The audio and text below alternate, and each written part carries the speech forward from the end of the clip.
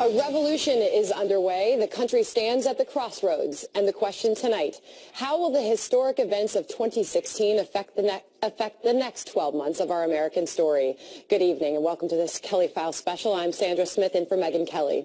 At this time last year, we were looking ahead to the Iowa caucuses, weighing the impact of the new Hollywood film on Benghazi and still reeling from the terror attack that left 14 dead and 22 injured in San Bernardino, California. We had no way to know that domestic terror would remain a constant for the coming year, that protests against police would turn deadly for some of those officers, or that the Republican primary would turn out quite the way it did. In fact, from the moment Donald Trump descended the escalator at the now very familiar Trump Tower, through to the stunning win that few saw coming in the final stretch of the campaign, few could argue there was any bigger story in 2016 than this election, how Hillary Clinton's sure thing failed to happen, and how a New York businessman succeeded against what seemed at times like impossible odds. Our look back starts with Trace Gallagher and some of the biggest moments of the Republican primary. Sandra, the year in politics began with a slew of GOP presidential candidates, but by late January, one of them was building big momentum. In poll after poll, Donald Trump supporters said almost nothing could make them change their mind about voting for him. And Trump himself acknowledged he could do no wrong.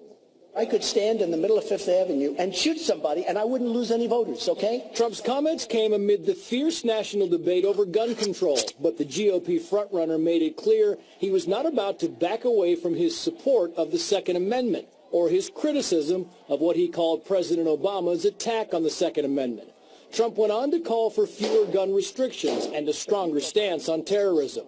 But just a week after making his controversial shoot someone on Fifth Ave comments, Donald Trump's road to the White House hit an Iowa speed bump when the first state to vote went for Ted Cruz. Iowa has sent notice that the Republican nominee and the next president of the United States will not be chosen by the media. On the Democratic side, by a razor-thin margin, Hillary Clinton took the Iowa caucuses, but she also took a hit when the State Department confirmed that Clinton did have top-secret material in her personal email account. The Clinton campaign called it overclassification run amok. And while the Clinton dynasty still appeared strong, the Bush dynasty was fading. After a series of setbacks and a crushing defeat in the South Carolina primary, a state his brother and father both won, in late February, Jeb Bush called it quits, saying there was nothing more he could do. The people of Iowa and New Hampshire and South Carolina have spoken, and I really respect their decision. So tonight, I am suspending my campaign. Yeah. Meantime, Donald Trump continued to press the flesh and push the limits, accusing U.S. District Court Judge Gonzalo Curiel of being hostile to him because of his Mexican heritage. Curiel was presiding over lawsuits against Trump University by students who claimed they got fleeced. Judge Curiel was born in Indiana.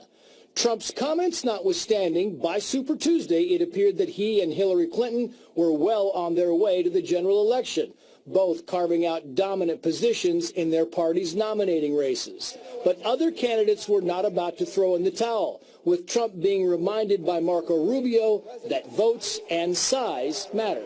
He referred to my hands. If they're small, something else must be small. I guarantee you there's no problem. I guarantee it. No. But by early May, Marco Rubio, Ted Cruz, and John Kasich would all be out of the race, leaving Trump with his party's official but uneasy embrace. Well, thank you. And for the Democrats, despite Bernie Sanders cobbling together a string of primary victories, in early June, Hillary Clinton had the necessary number of delegates. Thanks to you, we've reached a milestone. The first time in our nation's history that a woman will be a major party's nominee. Summer arrived, the nominees were set, and it was off to the conventions, which turned out to be as interesting as the election itself. Cedric. All right, Trace Gallagher, thank you. Joining us now is our panel for tonight. Guy Benson is a Fox News contributor and political editor of townhall.com. Chris Stirewalt is Fox News' politics editor. Richard Fowler is a Fox News contributor and senior fellow at the New Leaders Council. Rachel Camposefi is a Fox News contributor. Good to have all of you here. Happy New Year. Where do we begin? I mean, because let's go back to the escalator ride. Right. Because wow, everybody said. I mean, there were people who said it was a joke. There's no way this is going to happen. That was where it all began, Chris Stirewalt. Well, look, it's where it began. It's also the first episode of a dynamic that would actually lead to Trump's victory, because it's the underestimation, it's the attack, it's the rejection that hardened his support. What Donald Trump did, that we saw that panoply of candidates there, failed candidates there, what he did, what other people could not do, was he gathered intense support around him. And we said, well, it's only a third. He only has about a third. But you know what? If you've got a firm 1/3 of the electorate and you're dividing it 16 ways, guess what? That's pretty good. And we were reminded by Trace's piece how many special moments there were during that primary season. Special. Very special.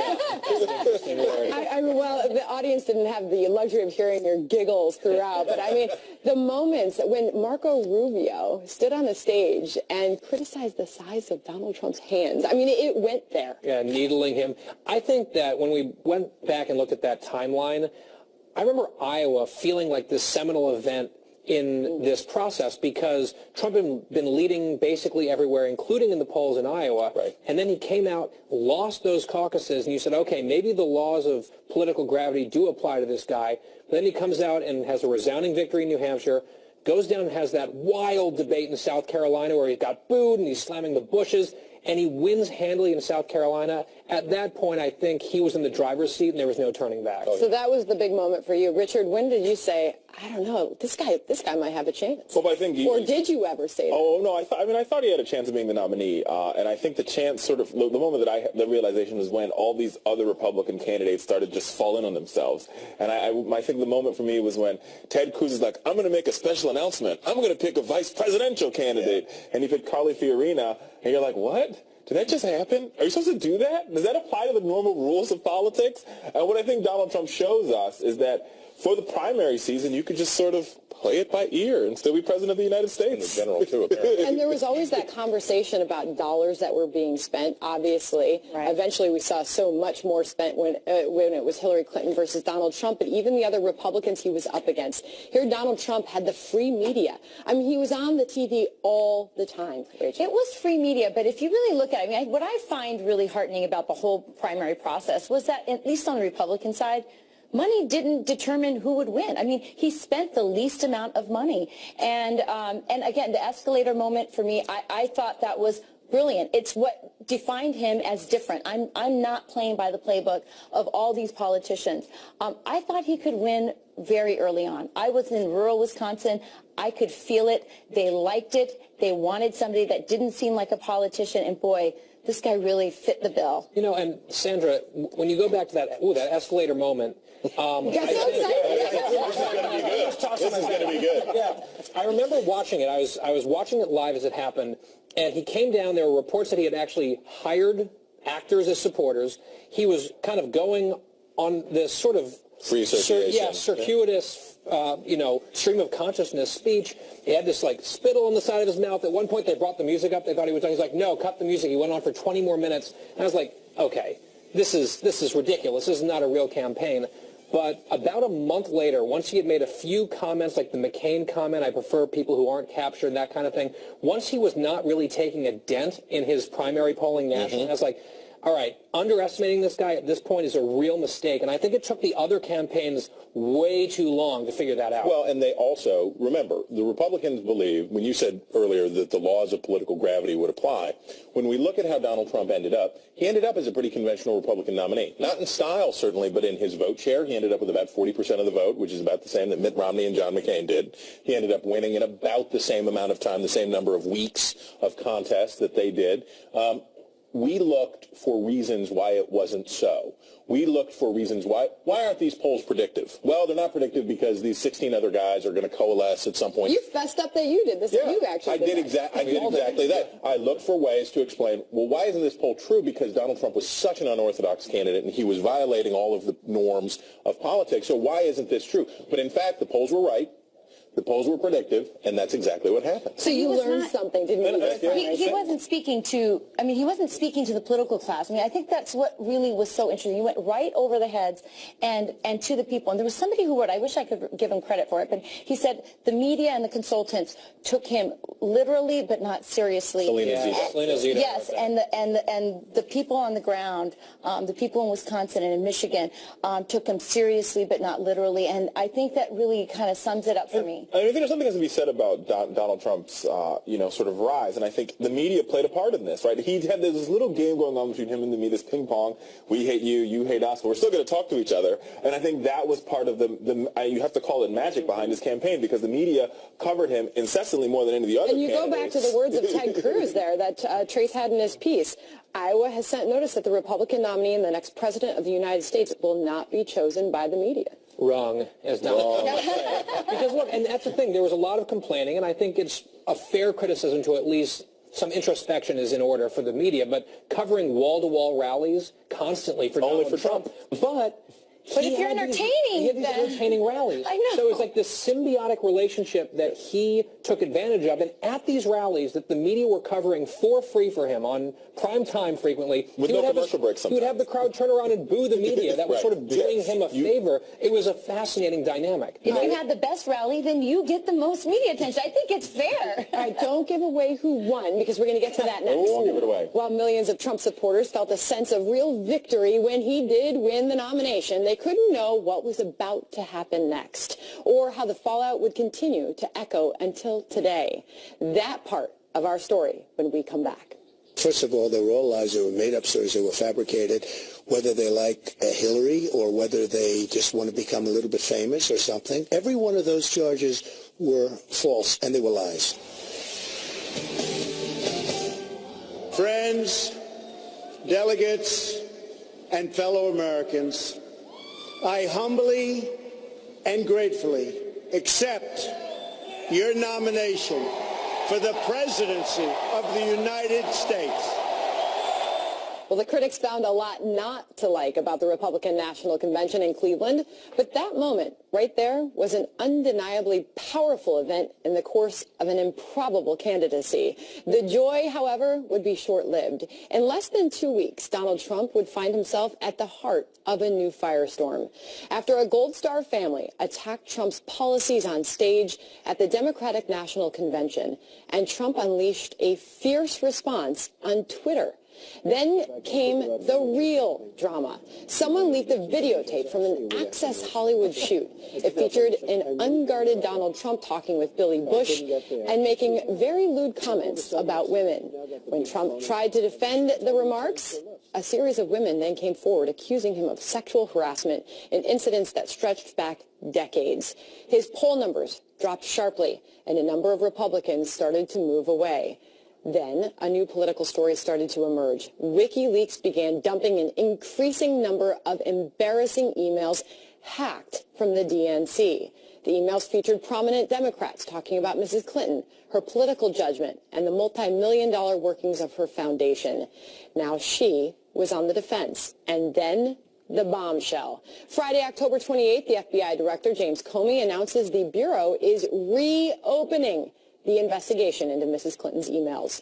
Writing, quote, because those emails appear to be pertinent to our investigation, I agreed that we should take appropriate steps to obtain and review them. Less than 2 weeks later, still down in the polls and counted out by most political observers, Donald J. Trump won the working class vote in several Democratic states by huge margins, becoming our president-elect in the most stunning political story in a long time. Back with us now, a man who you watch this so closely every single day, Chris Stirewalt, and yet we look at so many who got it so wrong, but Donald Trump made it through all of those controversies. It's unbelievable when you look back at it. He learned. he learned something really important. And it didn't click for him until the end. The way that he won the Republican nomination was by courting controversy and kicking his way through firestorm after firestorm after never apologized, never back down. Yeah, John McCain, I'm not going to apologize to John McCain, blah, blah, and just fight. And it worked, kept the attention on him.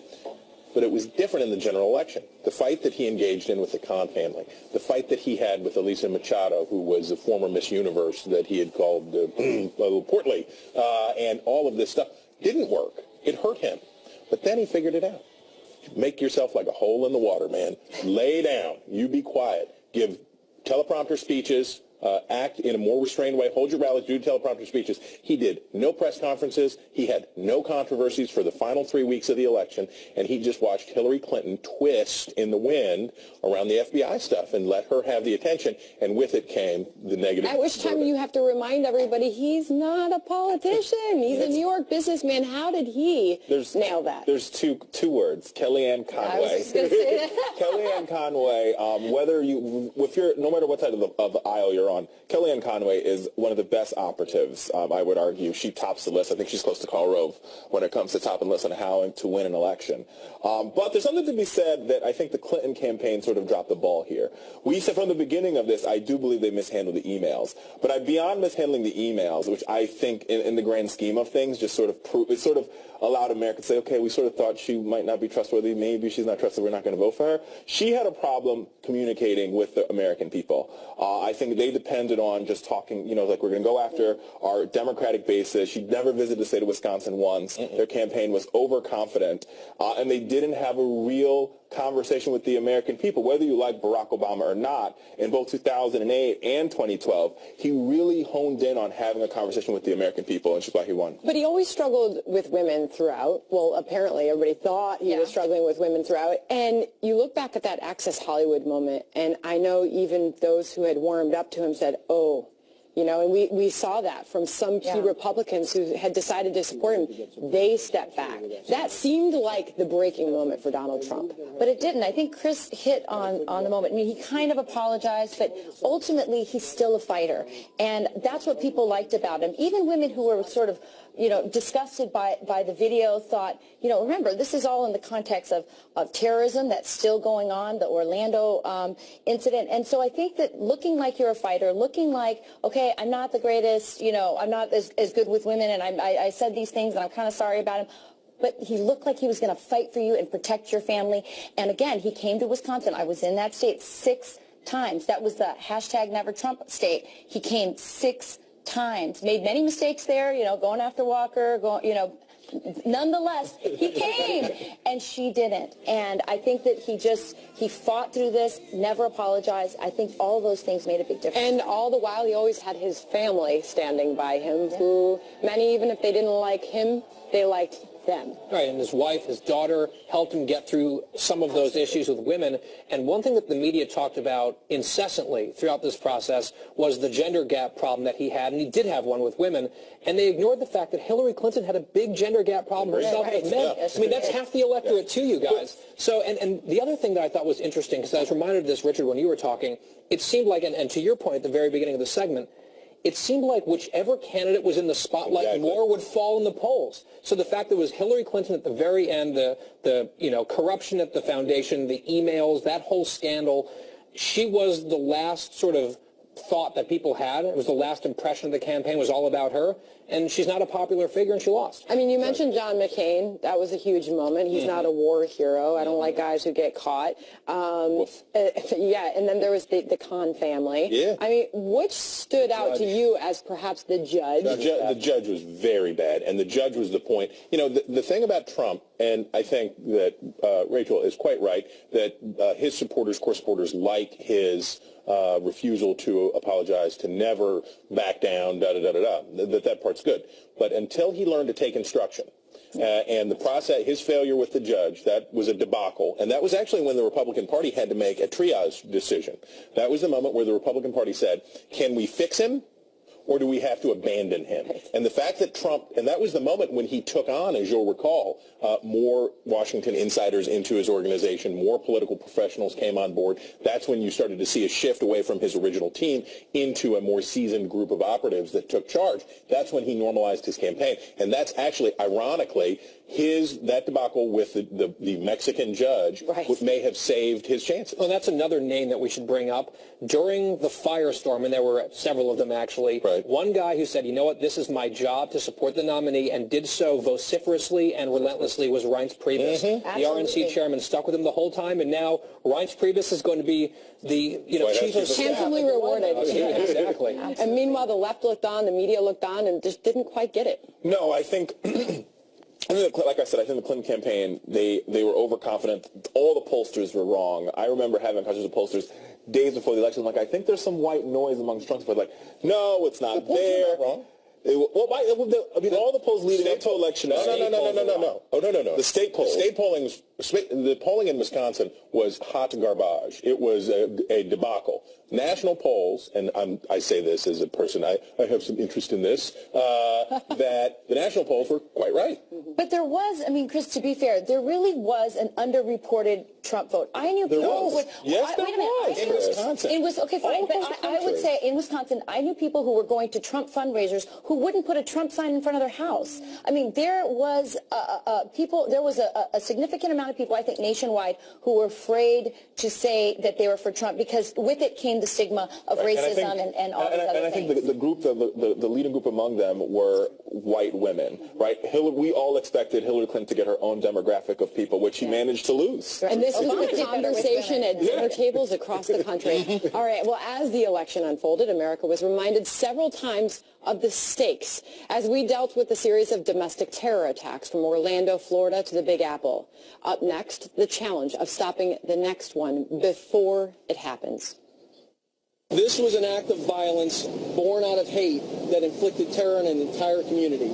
So I would call it a hate crime. I would call it terrorism.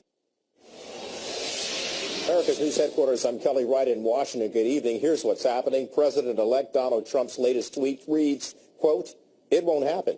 He's referring to North Korea's claim that the rogue nation is in the final stage of testing an intercontinental ballistic missile.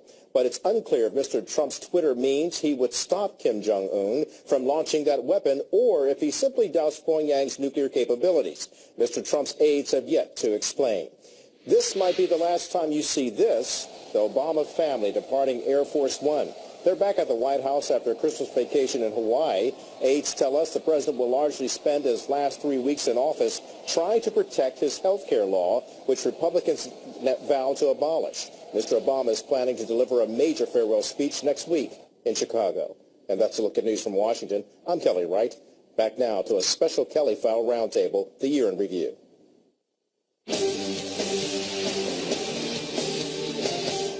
We're losing sight even right now with he said what he said, that tell Americans to stop bombing my country, and we need to deal with that part of it. Omar Mateen. Yes, Omar Mateen. As he was shooting people in the bathroom, and we need to deal with that part as far as prevention, as far as security. What are we doing as Americans, as far as administration, to make sure that we're protecting our American people on our soil? What are we doing? If you met this man or you interviewed this person by the FBI multiple times before this even happened, how did he get his access to guns?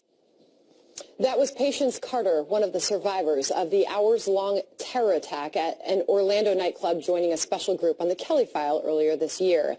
And Ms. Carter was raising a question we've heard time and time again this year, as we witnessed a variety of violent attacks on U.S. soil being perpetrated in the name of Islam. In January, a Philadelphia police officer is ambushed in his patrol car by a man who later pledged allegiance to ISIS. In February, a machete-wielding man shouting, "God is great," in Arabic, began slashing customers at a Columbus, Ohio restaurant. And we later learned that the FBI had reportedly investigated him years earlier for alleged threats, but abandoned the investigation. That, of course, brings us to Orlando, where Omar Mateen pledged allegiance to ISIS in phone calls with police after killing nearly 50 people and wounding more than 50 others. In New York, the man allegedly behind a bombing in New York's Chelsea neighborhood also pledged allegiance to radical groups. And just last month, an Ohio State University student seemed to be following an ISIS playbook when he plowed his car into a group of people on campus before lunging at others with a knife. Back now with our panel, Guy, Chris, Richard, and Rachel. Guy, it does appear, at least in the year 2016, that this had become the new normal. Yeah, and it was something that really scared a lot of Americans. And I think, previously in the show, we've been talking so much about the politics of the year, and it had an effect. You had Donald Trump, whether you thought that he was responsible or knowledgeable enough about these national security issues, he was someone who at least seemed to cut through the clutter and say, let's face it, this is the problem, let's call it by name. And a lot of voters sat back and contrasted what he was saying with the administration, like Loretta Lynch, the Attorney General, after the attack in Orlando, which was particularly heartbreaking. She said, despite having heard those 911 calls where he was very explicit, the killer, saying he was doing this for ISIS, on behalf of ISIS, he was an Islamist, she said, we may never really know exactly what his motives are. Right. And voters sit back and say, all right, that's BS. He's at least not spouting complete BS. He's calling this by its name, radical Islamic terrorism. It was poo-pooed by the elites. Oh, why is he obsessing about this rhetorical question? Well, I think we know why, because it hit home with a lot of people who were scared because of these horrible attacks. You just ran through some of them. And it was part shock for Americans to hear him use those words when our own president wasn't, Richard. He would take to Twitter even and use the words radical Islamic terror or point to something as terrorism when it hadn't even been defined such yet by the President of the United States. Well, I think there's something to be said, and I've debated this, and I've sort of wrestled with this, whether we use the term radical Islam or not. I've erred on the side of not using it, and here's why. Because I think when you use it, you create stereotypes, right? So whether we like what happened, and the one that was the most touching for me was what happened at the Pulse nightclub in Orlando. And I think what made it so touching is that beyond the fact that this guy might have pledged to ISIS or so have you, but he committed a hate crime and killed 50 people in what is deemed by the LGBT community to be a safe place where you can freely express yourself, and he took that away. And so I think that is what we've really got to understand. We have to work in moving on in this country as finding out how we all come together. And the only way we're going to need moderate Muslims also to stand up and say, we don't agree with this, we're not a part of this. And so when you say radical Islam and you make a blanket statement, what ends up happening is... It's not blanket. I don't think that's blanket at all. No, but I think it is perceived.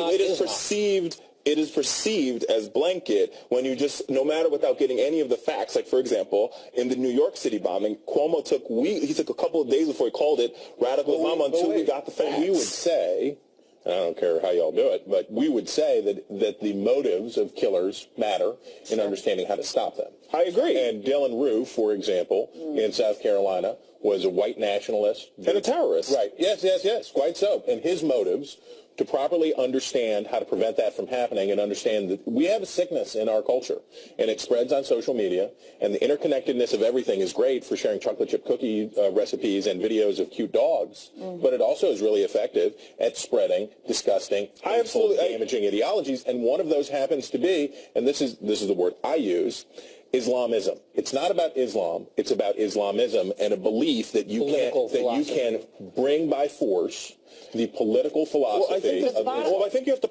See, this is my problem with it. I think you have to parse the two.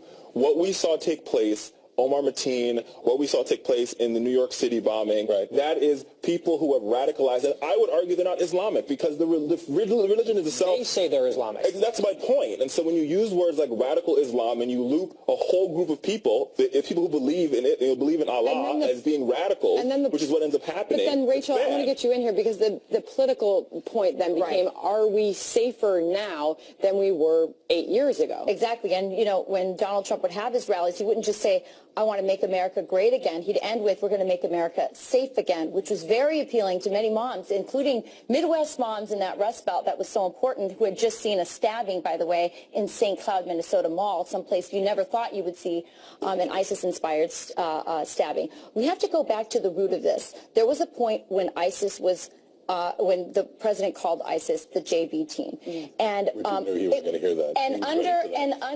And under President Obama's watch, ISIS grew and metastasized and became a name that these lone wolves could attach themselves with because they were succeeding in their efforts in the Middle East, in Iran, in Iraq, and in Syria. And so truthfully, all of this, and voters aren't stupid. They don't have to know all the intricacies of Middle East policy to go, ISIS is to blame here. ISIS grew under this guy's watch. ISIS grew. Our president called it a JV team and dismissed it, and even had CIA reports altered in order to meet the narrative that terrorism was dead, and it wasn't. ISIS was created at the fact there was a power vacuum in Iraq that created ISIS. Why was there a power vacuum? Well, that has everything to do with what was created on 2004. When ISIS first started under George W. Bush, but that's beyond the point. The president, no matter what policies passed, cannot stop people from radicalizing on the internet. If we carpet bombed Iraq and Syria and killed all of ISIS, people would still be allowed to radicalize on the internet, which is why I find the word radical Islam to be problematic. Well, I just don't see how that follows. I just don't see how that follows. If they consider themselves members of the religion, but being a member of the religion does not make you a radical. Leave it there, guys. Correct. Obviously, and that's part of the problem. Heated discussion. We've got so much more. 2016 also saw a dramatic turn of events in the angry debate over policing and race, with more than a dozen cops targeted in ambush-style attacks. Up next, the Black Lives Matter movement and the Trump administration. Well, one of the most dramatic moments of 2016 unfolded right on this broadcast as the Kelly File covered live protests in Dallas, Texas that ended in an unthinkable ambush-style assault against police and the death of 5 officers. We're looking back in Dallas, Texas. This is disturbing. I'm not sure what we're seeing, but it looks from this vantage point like an officer down. We're not sure. We are not sure. This is my speculation as I look at the screen. Stand by on that. I don't know what I'm seeing. And this is the control room trying to tell me they have a better vantage point. So I'm sorry for the speculation. The police are working on. Oh my God. We're all seeing this together. This is not clear. The protests that night were in reaction to 2 officer-involved shootings occurring just one day apart. The first on July 5th, when Alton Sterling is shot and killed by police outside of a Baton Rouge convenience store. The following day, another black man, Philando Castile, is shot and killed in Minnesota during a traffic stop. A couple months later, tensions further escalate when Terrence Crutcher is fatally shot in Oklahoma by a white police officer after his car breaks down. In the same week, Keith Lamont Scott is shot and killed in Charlotte after police say he exited his vehicle with a weapon. All of these incidents contributing to a state of heightened hostility against law enforcement that manifests through a series of violent targeting of police. In Baton Rouge, 3 officers are killed after a Missouri man goes on a shooting rampage in the city where Alton Sterling is killed. In Iowa, 2 officers in separate locations are gunned down sitting in their patrol vehicles. And less than 3 weeks later, 4 police officers are shot in separate incidents around the country in targeted attacks in Florida, Texas, and Missouri. Overall, 16 officers are killed in ambush-style attacks in 2016, tying 2014 for the highest number on record in 2 decades. I'm joined again by Fox News politics editor Chris Stirewalt and Fox News contributors Richard Fowler, Rachel Campos-Duffy, and Guy Benson. An unbelievable look back at this year, Richard. Yeah, it was definitely a tough year, and I think this all starts from one place, that there needs to be more trust between communities of colors and law enforcement departments. I think that is where we start this conversation, and how we figure out, starting to have real conversations with each other. How do we work together? How do we get rid of the unconceived, the biases that exist on both sides? And there is a concern that we don't have an answer for that, because we do hear from police officers in this country who feel like they can't carry out their job. Absolutely. And remember, Dallas was supposed to be the shining example of, community-based policing, and, it happened there despite all that. But isn't it? And doesn't it? And didn't Dallas, these officers did the most noble thing. They gave their lives to protect people who were protesting them, not in abstract. There was not a bank robbery. This was not a holdup. These officers put their lives on the line and ultimately sacrificed them to protect the rights of individuals to protest the police. They did that.